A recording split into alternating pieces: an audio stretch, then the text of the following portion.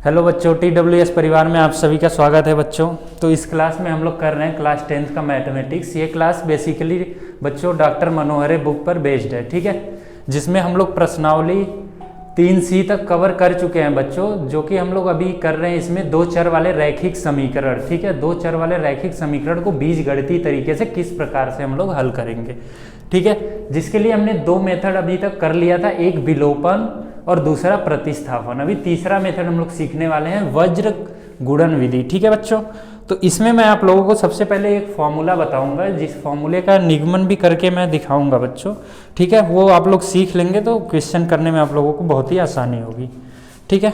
तो चलिए आइए करते हैं। सबसे पहले हम लोग दो चर वाले जो है दो रैखिक समीकरण को ले लेते हैं बच्चों, फिर उसके बाद देखते हैं कि फॉर्मूला हमारा कैसे आएगा। फिर उस फॉर्मूले का यूज करके आसानी से वज्र गुणन विधि से हम लोग किसी भी दो चर वाले रैखिक समीकरण को हल कर सकेंगे, ठीक है।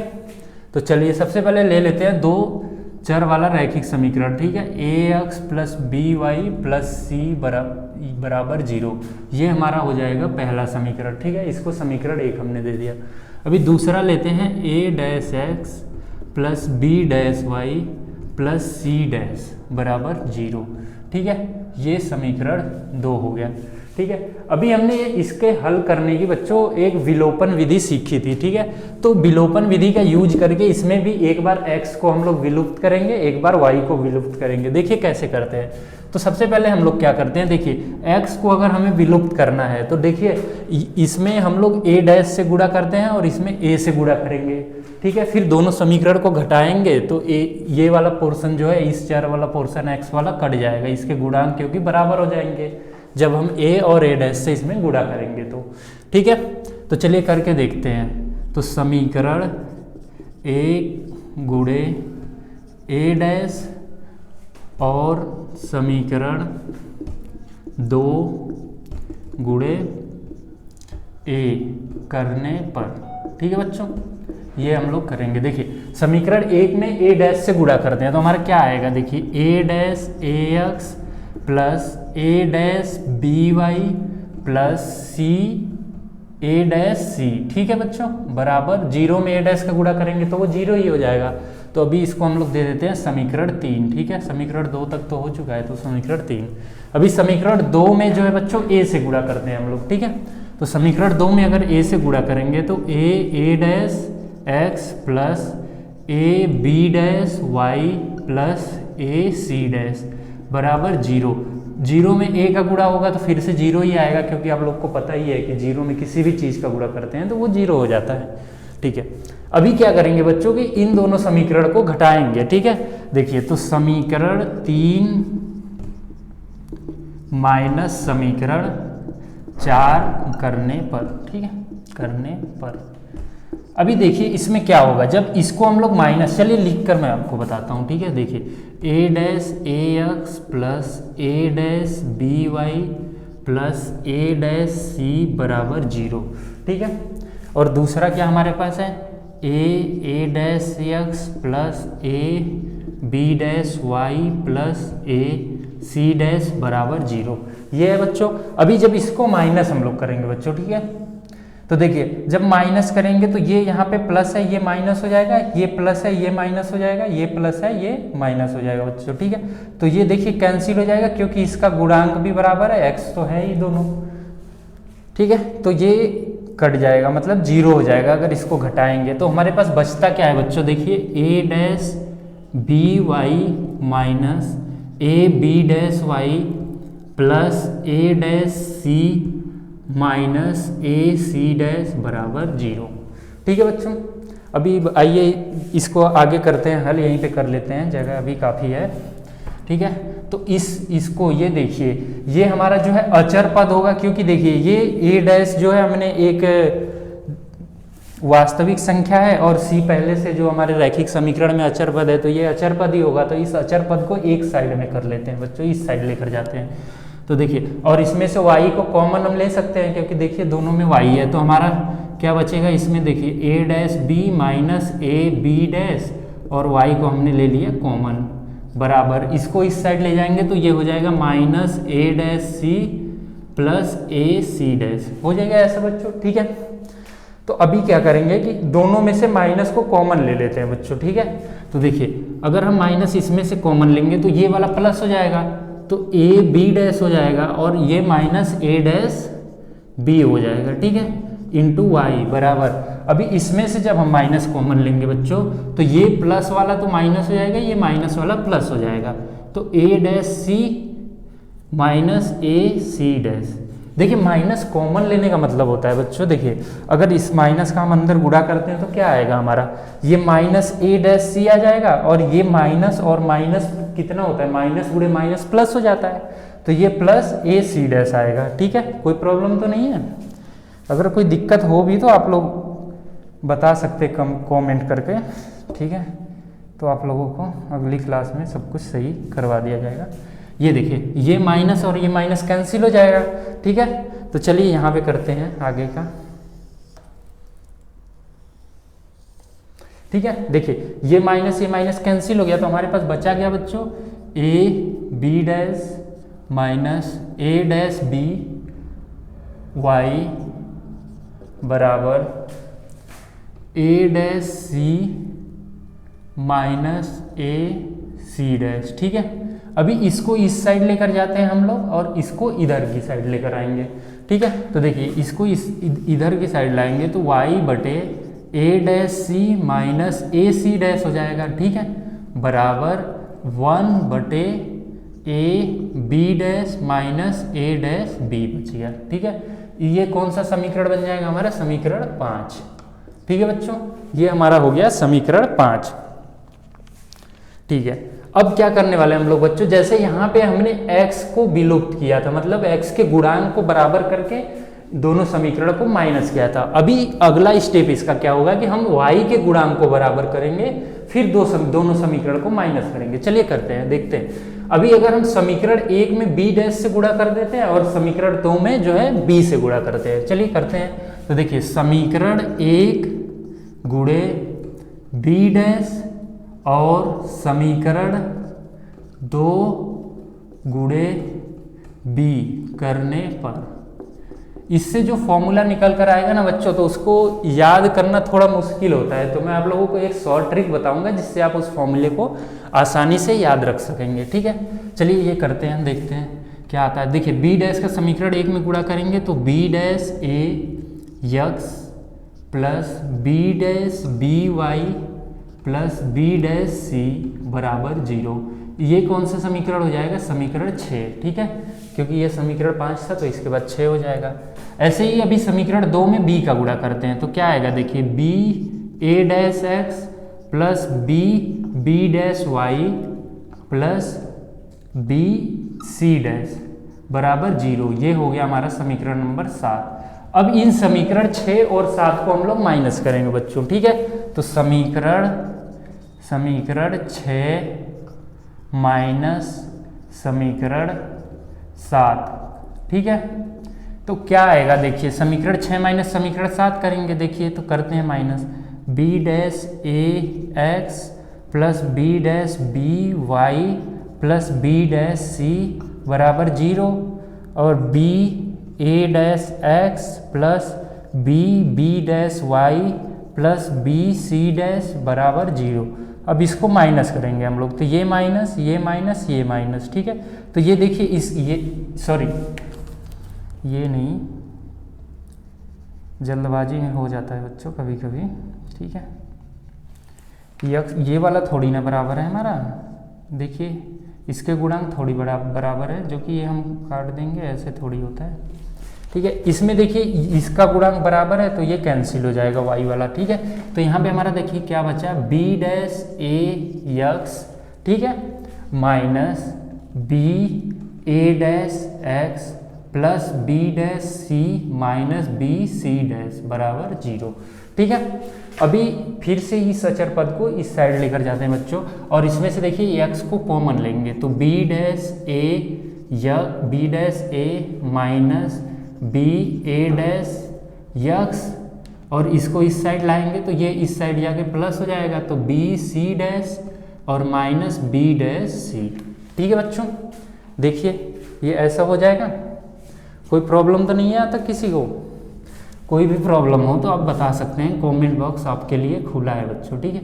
अब इसको देखिए, ये जो है इस साइड लेकर आते हैं तो x बाई क्या हो जाएगा, b c dash minus b dash c बराबर 1 by b dash a minus B A dash, ठीक है। इसको हम लोग दे देते हैं समीकरण नंबर 8, ठीक है। ये हो गया हमारा समीकरण 8। अभी देखिए समीकरण 5 और 8 को हम लोग देखते हैं, इधर करते हैं बच्चों, ठीक है। तो समीकरण 5 और 8 से देखिए, समीकरण 5 और समीकरण 8 से, ठीक है।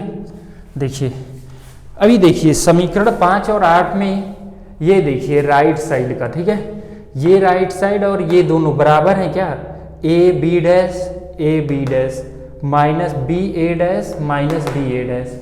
तो क्या हम इन तीनों को बराबर लिख सकते हैं? तो आइए देखते हैं, लिखते हैं।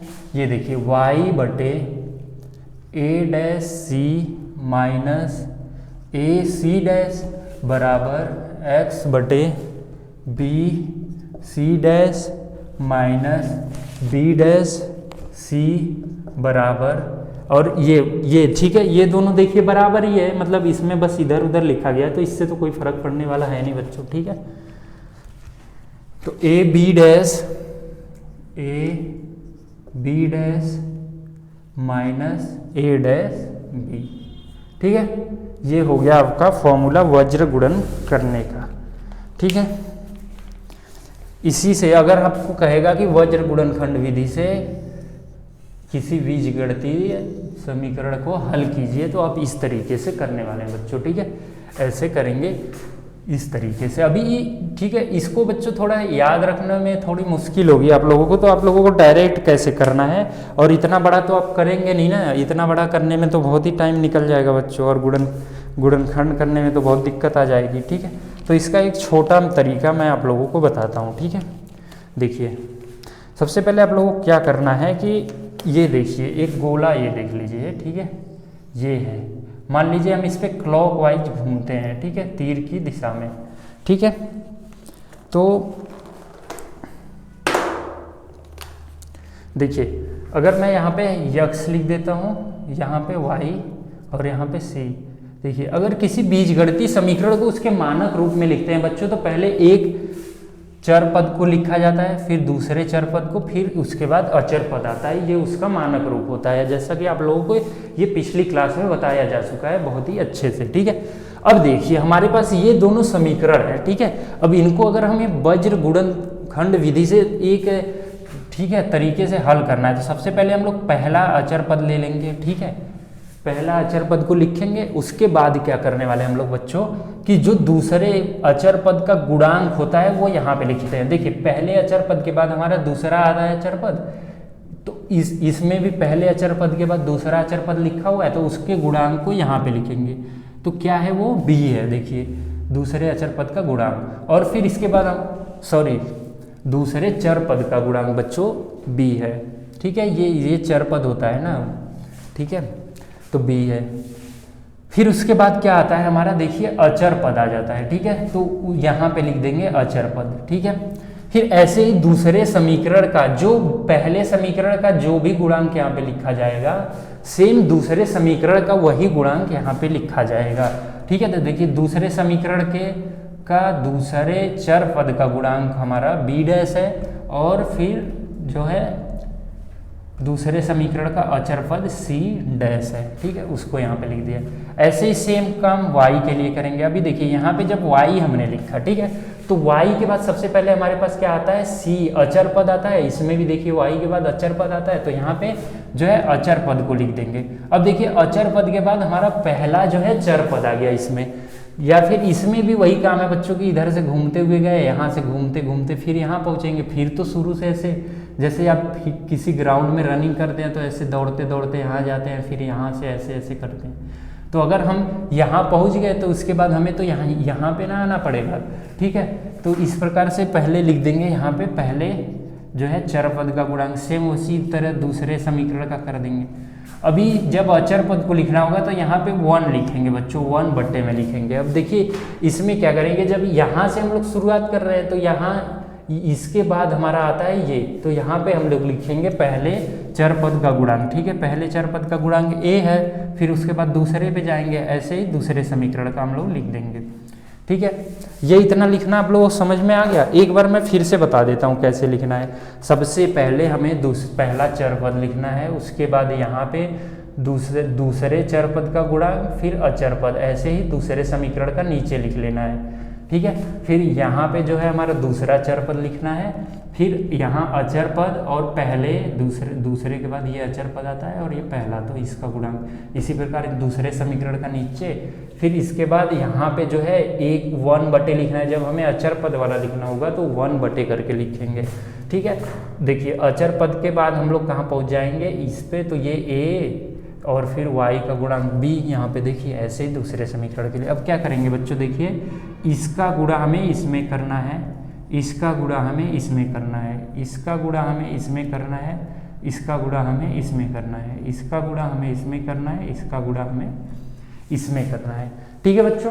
अब देखिए इसमें एक और चीज़ आपको ध्यान रखनी है, इसमें जो तीर नीचे की ओर जा रही है इसको हम प्लस लिखेंगे, जो ऊपर की ओर जा रही है उसका गुणा करके उसे हम लोग माइनस लिखने वाले हैं, ठीक है। ये नियम होता है बच्चों। इसको याद करने के लिए आप लोग इस तरीके से याद कर सकते हैं कि जो तीर ऊपर की ओर जा रही है वो किसी को जाकर लग जाएगी तो उसको नुकसान होगा, मतलब उसको हम लोग माइनस लिख देंगे, ठीक है।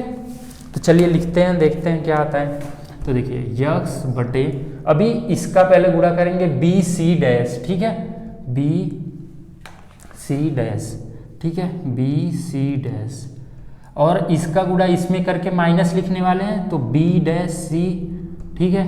अब y, अब इसका गुणा इसमें करने वाले हैं बच्चों, तो देखिए सी ए डैश, और ये इसका गुणा इसमें करके माइनस लिखने वाले हैं, तो सी डैश ए बराबर 1 बटे ए, फिर इसका गुणा इसमें करेंगे तो ए बी डैश, माइनस इसका गुणा इसमें करेंगे तो ए डैश बी, ठीक है बच्चों। ये आ गया हमारा, देखिए ये क्या सेम आ गया, क्या इसी के सेम आ गया, ये देख लीजिए आप लोग,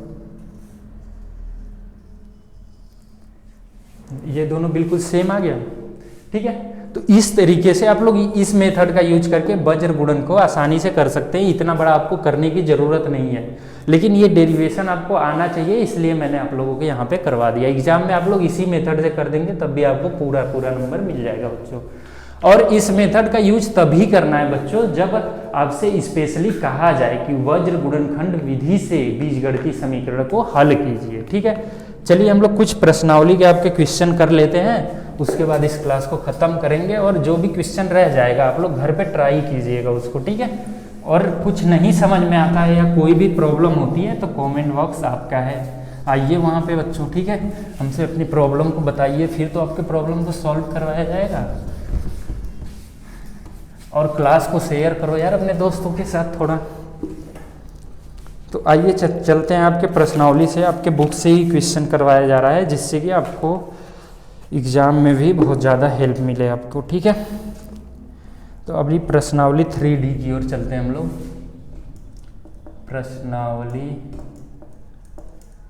3D, ठीक है बच्चों। इसमें बच्चों 9 क्वेश्चन दिए हुए हैं और 9 में 2-2 वही रैखिक समीकरण है, और सभी को वज्र गुणन विधि से क्रॉस मल्टीप्लिकेशन मेथड से हल करना है, ठीक है। तो चलिए ले लेते हैं, पहला ही क्वेश्चन पहले ले लेते हैं, ठीक है। तो क्या दिया हुआ है क्वेश्चन बच्चों, 2x माइनस वाई प्लस 4 बराबर 0, और क्या दिया हुआ है, x प्लस वाई माइनस 1 बराबर 0। इसको वज्र गुणन विधि से हमें हल करना है बच्चों, ठीक है। तो हमें वज्र गुणन विधि से हल करने के लिए क्या करेंगे, सबसे पहले हम लोग लिख दिए पहला चर पद, ठीक है। फिर इसमें y का गुणांक लिखेंगे, -1 आया है, ठीक है। फिर इसको लिखेंगे 4 यहाँ पे दिया हुआ है। फिर इसमें भी सेम दूसरे समीकरण का इसके जस्ट नीचे लिखेंगे जो कि 1 और -1 है, ठीक है। बराबर। अब दूसरा जो है यहाँ पे लिख देंगे चर पद, ठीक है। अभी ये जो कि अभी बताया गया था कि दूसरा लिखने के बाद फिर हम अचर पद पे आ जाएंगे, तो ये यहाँ पे लिखा है, इसके बाद यहाँ पे पहुँचेंगे तो इसका गुणांक लिखेंगे। ऐसे ही सेम इसका भी करना है, दूसरे समीकरण का इसके नीचे लिखना है -1 और 1 हो गया, ठीक है। और यहाँ पे तीसरा जब अचर पद को लिखने लगेंगे तो 1 बटे करके फिर देखिए अचर पद के बाद हम लोग यहाँ पहुँचेंगे तो 2 और फिर इसका गुणांक -1, ठीक है। ऐसे ही इसमें कर लेंगे 1 और 1। अभी जैसा आप लोगों को बताया गया था कि मतलब इसका गुणा करना है इसमें, इसका इसमें, ऐसे तीनों में करना पड़ेगा बच्चों, ठीक है। देखिए तो यक्स बटे, अभी इसका -1 गुणे -1 कितना हो जाएगा 1, और -1 गुणे 4 4 बराबर y बटे 4 गुणे 1 4 और -1 और गुणे 2 कितना होगा -2, और जब -2 लिख दिया, ठीक है, बराबर 1 बटे 2 गुणे 1 2 और 1 गुणे -1 होता है, ठीक है, -1। चलिए इसको कर लेते हैं। तो देखिए यहाँ यक्स बटे -3 आ जाएगा, 1 -4 -3, ठीक है, 1 -4 -3 आ गया, ठीक है। और y बटे देखिए 4 और ये माइनस और माइनस प्लस हो जाएगा, ठीक है। तो 4 + 2 कितना आ जाएगा हमारा 6 आ जाएगा, ठीक है बच्चों। और ये देखिए ये भी माइनस इंटू माइनस कितना हो जाएगा प्लस हो जाएगा, तो 2 + 1 कितना हो जाएगा 1/3, ठीक है। अब इसमें अगला स्टेप हमें क्या करना है बच्चों,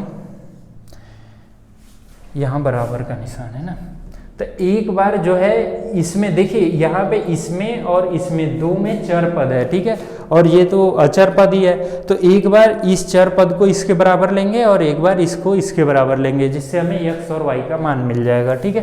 तो चलिए करते हैं, x/3 बराबर 1/3 एक बार किया, तो ये देखिए x बराबर 3/3, तो x बराबर 1। ऐसे ही एक बार y के लिए यही कर लेंगे, तो y/6 है, y/6 है, बराबर 1/3 किया, या y बराबर 6/3, तो 3 × 3 3 दूना का 6, तो y बराबर 2।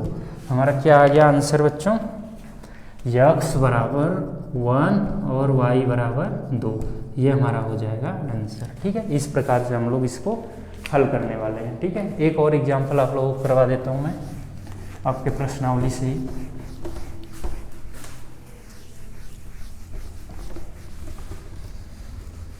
और आप लोगों को क्लास कैसी लग रही है कमेंट करके हमें बताया करिए यार, मोटिवेशन मिलता है थोड़ा, आप लोगों के लिए इतनी मेहनत की जा रही है यहाँ पे। क्वेश्चन नंबर 5 कर लेते हैं बच्चों, ठीक है। क्वेश्चन नंबर 5, तो क्वेश्चन नंबर 5 क्या दिया हुआ है, ax + by बराबर -p और ax - cy बराबर q, ठीक है। इसको हमें वज्र गुणन विधि से हल करना है बच्चों, ठीक है। इसको हमें वज्र गुणन विधि से हल करना है।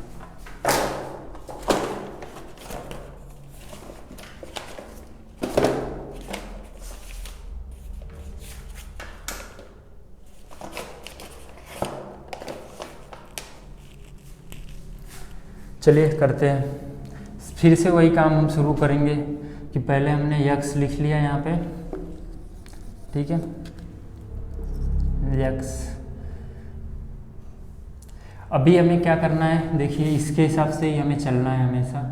अगर हम लोग क्लॉकवाइज जाते हैं, ठीक है, तो यहाँ पे अगर x आता है y c, मतलब अगर x लिखा तो उसके बाद y का गुणांक लिखना पड़ेगा, फिर c लिखना पड़ेगा। अगर y लिखा तो पहले c लिखना पड़ेगा, फिर x का गुणांक लिखना पड़ेगा।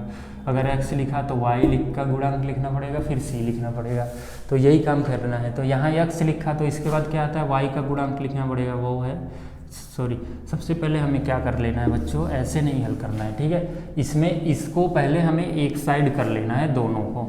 ऐसे भी आप लोग करोगे तो आंसर गलत नहीं आएगा। अगर दोनों अचर पद इस साइड है, मतलब राइट हैंड साइड है, फिर भी आंसर सही आएगा, लेकिन हमें हल करने से पहले इस साइड कर लेना है, ठीक है। तो ax + by + p हो जाएगा बराबर 0, ये हो गया हमारा समीकरण 1। और ax माइनस सी वाई माइनस क्यू बराबर 0। ये हो गया हमारा समीकरण 2। ठीक है, अब चलिए शुरू करते हैं। तो देखिए यक्स बाई, अब ये लिखेंगे यहाँ पे b, ठीक है, p आप लोग को बताया ही गया है कि यक्स लिखा, फिर ये y का गुणांक, फिर p, फिर इसके बाद सेम इसमें ऐसा करेंगे तो y का गुणांक इसमें है माइनस सी और ये है माइनस क्यू बराबर y बटे, y के लिए फिर p आ गया आपका, a आ गया। देखिए y के बाद हमें c पे जाना है तो वो तो p है, और c के बाद x का गुणांक ये a है। ऐसे इसमें तो c यहाँ पे माइनस क्यू हो जाएगा और a यहाँ पे a है ही। ठीक है, अभी अचर पद के लिए 1 बटे हमारा क्या आ जाएगा, अचर पद के बाद देखिए x का गुणांक पे पहुँचेंगे तो ये a b, इस प्रकार से समीकरण 2 में a और माइनस c। अब फिर वही है, इसका गुणा इससे करते हैं। ठीक है, आप लोगों को बताया गया है, क्लास को यार पूरे मन से लिया करिए आप लोग। ठीक है, देखिए गुणा करते हैं हम लोग तो यक्स बटे b माइनस बी क्यू आ जाएगा बच्चों। ठीक है, माइनस और माइनस सी पी आ जाएगा ये। ठीक है, बराबर y बटे पी ए आ गया, फिर माइनस माइनस क्यू ए। ठीक है, बराबर 1 बटे minus A C minus A B. ठीक है, अब करते हैं इसके आगे। देखिए तो यक्स बटे माइनस बी क्यू प्लस सी पी आ गया। ठीक है, बराबर वाई बटे A P plus A q आ गया। ठीक है, माइनस माइनस प्लस हो जाएगा। ठीक है, बराबर 1 बटे माइनस को कॉमन ले लेते हैं तो ए सी प्लस ए बी बच जाएगा। ठीक है बच्चों, अब फिर से वही काम करेंगे कि देखिए इसके चर वाले को एक बार इसके बराबर, फिर इस चर वाले को एक बार इसके बराबर करेंगे बच्चों। ठीक है, चलिए करते हैं। तो देखिए यक्स बटे माइनस बी क्यू प्लस सी पी बराबर 1 बटे माइनस ए सी प्लस ए बी लेने पर, ऐसा लिखेंगे एग्जाम में। ठीक है, ये सारी चीज़ें लिखना बहुत ही ज़्यादा ज़रूरी होता है आपके बोर्ड के एग्जाम में। ठीक है बच्चों, अब इसको इस साइड लेकर जाएंगे तो यक्स बराबर minus B Q plus C P बटे minus A C plus A B. ठीक है, अब यक्स बराबर इसमें से माइनस कॉमन ले लीजिए तो माइनस कॉमन लेंगे तो B Q minus C P हो जाएगा कि ये माइनस था तो ये प्लस हो गया, ये प्लस था तो ये माइनस हो गया, minus A C plus A B. ठीक है, ये माइनस इससे कट जाएगा। ठीक है, तो यक्स बराबर B Q minus C P बटे A C plus A B. ठीक है, ये हमारा यक्स का मान आ गया। इसी प्रकार हम लोग वाई का मान निकालेंगे। इधर निकाल लेते हैं, उधर थोड़ा जगह कम पड़ रहा है इसलिए हम लोग इधर हल करने वाले हैं। ठीक है, तो वो भी वाई वाले पार्ट को इसके बराबर लेंगे हम लोग। ठीक है, तो वाई बटे A P plus A Q बराबर 1 बटे minus A C plus A B. ठीक है, अभी इसको इस साइड लेकर जाते हैं हम लोग तो y बराबर 1 बटे, अरे सॉरी इसको इस साइड ले जाएंगे ना तो A P plus A Q बटे, अभी इस माइनस का माइनस ये जो है बच्चों इसको हम लोग अंदर गुणा कर देते हैं। कुछ गलत कर रहे हैं क्या हम? नहीं, सही है। माइनस को यहाँ पे लगा देते हैं और ए सी प्लस ए बी, ये आ गया हमारा आंसर y का मान और ये हमारा x का मान आ गया। ठीक है, अभी देखिए एक और काम हम लोग कर सकते हैं इसमें। y बराबर, अभी a इस दोनों में भी कॉमन है तो a को कॉमन लेते हैं तो p प्लस क्यू बच गया। ठीक है, और इसमें से भी a को कॉमन लेते हैं तो c प्लस b बच गया। ये a से भी कैंसिल हो जाएगा। वैसे आप लोग ये भी आंसर लिखेंगे तो गलत नहीं माना जाएगा, आपका आंसर सही है, लेकिन इसमें ये हम लोग कर सकते हैं। ठीक है, तो माइनस पी प्लस क्यू बटे सी प्लस बी, ये आपका आ गया। देखिए ये आपका y का मान आ गया और ये आपका x का मान आ गया बच्चों। ठीक है, अभी आपको ये जो प्रश्नावली 3D है बच्चों, इसमें आप लोग सॉल्व कीजिएगा। क्वेश्चन कोई भी करने में आपको कोई प्रॉब्लम नहीं होगी। यही सारे क्वेश्चन करने का सेम मेथड है, आप लोग आराम से कीजिए और हमारे चैनल को सब्सक्राइब कीजिए और जिनको ज़रूरत है उनके पास शेयर कीजिए। ठीक है, मिलते हैं अगले क्लास में। धन्यवाद।